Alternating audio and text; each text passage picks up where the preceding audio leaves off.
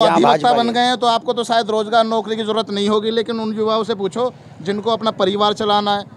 वहाँ कोई मारा नहीं गया है, वहाँ पर तो सभी लोगों को माननीय योगी जी ने सुरक्षा दी और बहुत ही शानदार व्यवस्था दी। और ये कि खुद की जनसंख्या 25 करोड़ है और वहाँ पर 65 करोड़ जनसंख्या, यानी कि देश की जनसंख्या का लगभग आधा।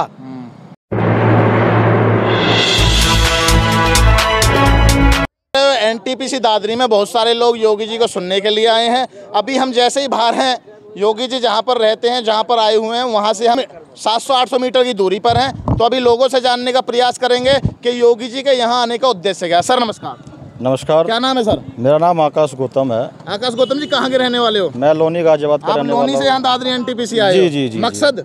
मकसद हमारे प्रदेश के मुखिया आदरणीय योगी आदित्यनाथ जी आज अपने महाराणा प्रताप जी की मूर्ति का अनावरण करने के लिए एनटीपीसी दादरी में आ रहे हैं। तो उसी विषय में हमारे संगठन की दृष्टि से सभी कार्यकर्ता बंधु और वहाँ के समाज के जो प्रमुख लोग हैं वो माननीय अपने नेता को लोनी से चल करके यहाँ पे दादरी में सुनने के लिए आए हैं। उसमें मैं भी एक हूँ और हम सभी कार्यकर्ता यहाँ पर आए हुए हैं। ऐसा भी बताया जा रहा है कि ठाकुर लोग योगी जी से नाराज थे, इसलिए ठाकुर समाज को खुश करने के लिए इस क्षेत्र में अनावरण के जरिए जो योगी नहीं, ऐसा कुछ नहीं है। ठाकुर समाज हमेशा भाजपा के साथ रहा है और योगी जी के साथ खड़ा रहा है। ऐसा कुछ भी नहीं है।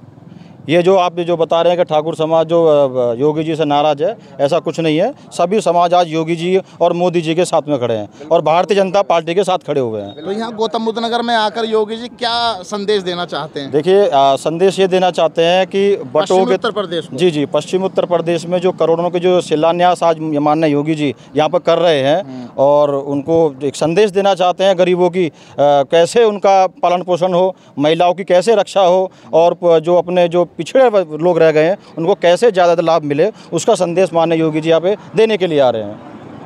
तो आपको पता है वो कौन कौन से संदेश देने वाले हैं? नहीं, बहुत अच्छे से पता है, क्यों नहीं पता है। सर, आज बहुत सारी सैकड़ों योजनाएं ऐसी हैं जो आज जो जिनको कभी लाभ नहीं मिला, आज उनके लिए लाभ देने का काम कर रहे हैं। युवाओं के लिए अच्छी योजनाएं देने का काम कर रहे हैं, उनको व्यापार रोजगार करने के लिए अच्छी योजनाएं बना रहे हैं। तो आज देश के प्रधानमंत्री मोदी जी और प्रदेश के आदरणीय योगी जी हम सभी कार्यकर्ताओं को और समाज के जितने भी विभिन्न जातियाँ पंथ समुदाय हैं उनको एक साथ जोड़ करके आज योगी जी मोदी जी काम कर रहे हैं।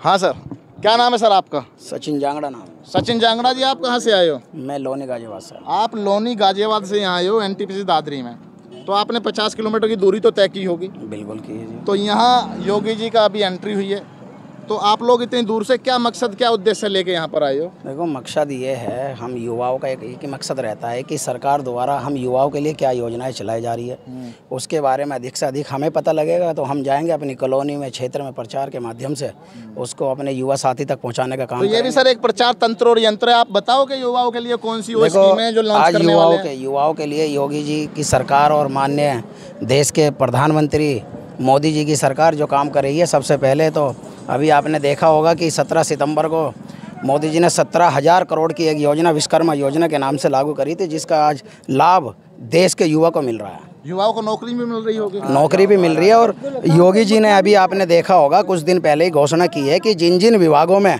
जो खाली पद पड़े हैं उसकी सूची बहुत जल्द योगी जी ने अपने पास मंगाई है। और जो खाली पड़े हैं, नए जो पद नहीं भरने हैं, जो पहले खाली पड़े हैं, नए तो पद निकल रहे हैं। अभी आपने देखा पुलिस की भर्ती निकाली थी योगी जी ने, दरोगा की भर्ती निकाली थी और भी विभागों में शिक्षा मित्र की भर्ती। लीक हो जाता है वो पेपर लीक आज तक किसी में नहीं हुआ। ये सब भ्रमिकता है, ये विपक्षी जो फैलाते हैं वो उनका। आप क्या करते हो? मैं अधिवक्ता हूँ। आप अधिवक्ता हो? तो आपने युवाओं की बात की है जी, और पिछले 2014 से युवा बड़ा दुखी है क्योंकि उसको रोजगार नहीं मिल पाया है।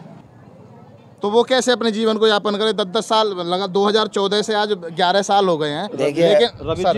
लेकिन लोग जो है रोजगार के मामले में कहीं ना कहीं फिसलते हुए। देखिए, आप एक बात मैं बताना चाहता हूँ, इसका जवाब मैं देता हूँ। अभी हाल ही में हमने अभी पूरे देश ने अभी महाकुंभ का एक आयोजन हुआ प्रयागराज में। आप कह रहे हैं कि रोजगार नहीं है। मैं आपको बताना चाहता हूँ और तथ्य भी कह सकता हूँ कि आज करोड़ों लोगों ने वहाँ उसके माध्यम से आर्थिक अपनी मजबूती की है। और अपने आप को सक्षम किया है और बहुत से लोगों को जो कभी कल्पना नहीं कर सकते थे कि मैं करोड़पति बनूंगा, आज महाकुंभ के माध्यम से वो लोग करोड़पति बने हैं। तो फिर तो यहाँ जो है इस देश में महाकुंभ मतलब नहीं ऐसा नहीं है, बहुत महाकुंभ जैसे प्रोग्राम करना स्टार्ट कर दे और सारे लोग वहीं जाके जो नई कंपनियां निवेश कर रही हैं, ऐसा नहीं है। अभी करंटली में ही माननीय योगी जी अभी लगभग आधे घंटे पहले नोएडा थे। नोएडा में अभी माइक्रोसॉफ्ट की कंपनी का, आपने महाकुंभ का नाम लिया है, वहाँ जितने लोगों की मौत हुई है, आपके पास डाटा कितने लोग मरे थे पता है आपको? नहीं, जो डाटा है वो महाकुंभ के नाम पे कितने लोगों की मौत, जो डाटा है वो सबके सामने है, कोई छुपा थोड़ी ना है। आप बताओ क्या है डाटा? नहीं, जो डाटा है वो सबके सामने है, वो छुपा थोड़ी ना है। देखा देश में स्टार्टिंग से लास्ट तक, जैसे दिल्ली से भी लोग आते हैं, दिल्ली से आने के बावजूद भी स्टेशन पे लोग जो है मारे जाते हैं। जी। तो ये कहीं ना कहीं इसको क्या कहोगे? देखिए ये आपका सवाल थोड़ा मैं कहूँगा, मारे जाना एक खुद थोड़ा सा भगदड़ के कारण और उनका कहीं ना कहीं एक एक्सीडेंटल हो जाना, उसमें फ़र्क है। आप कल्पना नहीं कर सकते। गए थे वहाँ पर? मैं खुद स्वयं गया था। आप गए थे? जी, मैं स्वयं खुद गया था, अपने साथियों के साथ गया था और वहाँ स्नान करके आया। मैं धन्यवाद देना चाहूँगा प्रदेश के मुखिया आदरणीय योगी जी को। इतनी शानदार व्यवस्था और इतनी कुशल व्यवस्था आज तक मैंने नहीं देखी।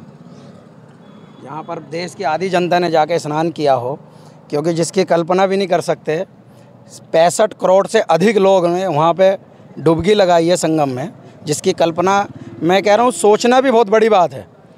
क्योंकि उत्तर प्रदेश जिसकी 65 करोड़ जिस राज्य वहाँ पर जाके स्नान कर रहा है, तो ये अपना में एक बहुत बड़ी अनुभूति का उपलब्धि है, राज्य की उपलब्धि है, राज्य के मुखिया की उपलब्धि है। और जो शानदार व्यवस्था राज्य के मुखिया ने और प्रशासन द्वारा वहाँ दी गई है लोगों को, उसके लिए भी हम योगी जी का धन्यवाद करते हैं। लोग मारे गए हैं वहाँ पर। देखो लोगों का मारे नहीं गई है, और देखो कुछ व्यवस्था है। देखो जब व्यवस्थाएं होती हैं, एक आप छोटा सा उदाहरण मैं आपको दूंगा। आदमी जब एक घर में शादी करता है, लगभग 200-250 की व्यवस्था वो करता है, तो उसमें भी कहीं ना कहीं कोई ना कोई अव्यवस्था फैल जाती है। कुछ लोग इस तरीके के असामाजिक होते हैं कि व्यवस्था फैला देते हैं। तो यही काम वहाँ किया, क्योंकि तो अभी आपने देखा 2024 का जो चुनाव मोदी जी ने लड़ा, मोदी जी के लिए एक तरफ खड़े हुए थे और पूरे देश का विपक्ष एक तरफ खड़ा हुआ था। तो ये आप सीधा हम कह सकते हैं व्यवस्था फैलाने का कार्य करते हैं। तो यही काम वहाँ पे हुआ कुंभ में। उन लोगों को जिनको पकड़ा गया है, जिनको चिन्हित किया गया है, उनमें साफ हो गया है कि वो विपक्षी लोग हैं। तो वहाँ व्यवस्था लोगों ने बिगाड़ी है लोगों को, और उसको चिन्हित किया गया है। उसमें लोगों पे मुकदमे हुए हैं, लोग बाद जेल गए हैं, उसकी जाँच चल रही है। उसके लिए योगी जी ने जो भी समिति बनाई है, जांच समिति, वो जांच चल रही है और आने वाले समय में सबके सामने हो जाएगा। दूध और दूध, पानी का पानी हो जाएगा। तो अभी आपको लग रहा है कि देश और प्रदेश की जो स्थिति चल रही है वो अच्छी चल रही है? बहुत अच्छी चल रही है। रोजगार युवाओं को रोजगार मिल रहे हैं, महंगाई कम हो गई है। देखो महंगाई, भ्रष्टाचार खत्म हो गए हैं। देखो अब अधिकारी बिना पैसे के काम करते हैं, सब बिना पैसे के काम कर रहे हैं। काम बिना पैसे के हो रहा है, निष्पक्ष हो रहा है, पारदर्शिता हो रही है, महंगाई भी कम है। रोजगार भी बिल्कुल बच्चों को, रोजगार सभी को मिल रहे हैं, शिक्षा सभी को मिल रही है, निःशुल्क शिक्षा मिल रही है। Sorry, it's DJ.